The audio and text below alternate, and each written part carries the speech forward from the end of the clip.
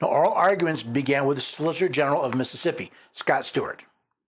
Mr. Chief Justice, and may it please the Court, states have broad power over elections. Throughout our history, they've used that power to change how they hold elections.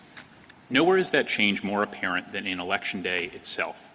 Congress set the federal election day in 1845. At the time, everyone voted in person. There was no absentee voting. There was no secret ballot.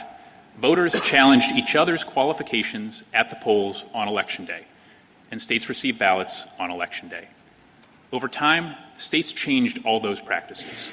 They did so as Congress extended Election Day to all federal offices. They've done so ever since. Mr. Stewart starts with a history lesson. Yes, the way citizens voted in 1845 is drastically different than the way we vote today. But the question brought to the court was not so much how Mississippi conducts their elections, but whether it met the legal and constitutional requirements regarding when elections are conducted. No one claims that in setting the federal election day, Congress blocked most of those changes.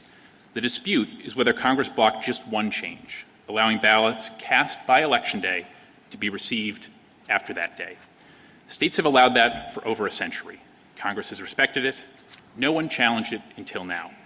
The question is whether Congress in 1845 blocked that practice. Whether or not Congress blocked the practice of receiving mail-in ballots after Election Day may be the question Mr. Stewart posed to the court. The better question would be what those who ratified the Constitution in 1787 thought about Election Day. The answer is no. The Election Day statutes adopt a simple rule. States must make a final choice of officers by Election Day. That is the plain meaning of an election.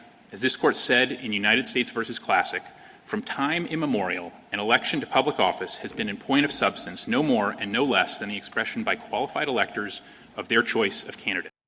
It seems to me that Mr. Stewart just shot his own case in the foot. If states must make a final choice of officers by Election Day, how could Mississippi possibly comply if all the ballots are not received by Election Day? Yet Mr. Stewart claims the Mississippi law complies with this view of Election Day. Mississippi satisfies that rule. It makes a choice on Election Day. And only that rule respects the last 180 years of state lawmaking. If Election Day must be what it was in 1845, that takes out much more than the ballot receipt laws of 30 states today.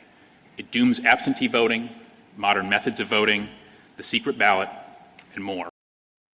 I think Mr. Stewart gets a little hyperbolic here. I haven't heard anyone say that the manner of voting must be consistent with how it was done in 1845.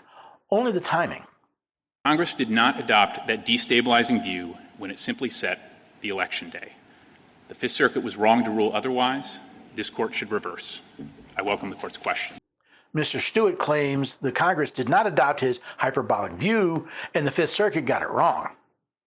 In the decision below, the Fifth Circuit held that the federal election day statutes require that ballots be both cast by voters and received by election officials by Election Day and thus preempt state Mississippi law.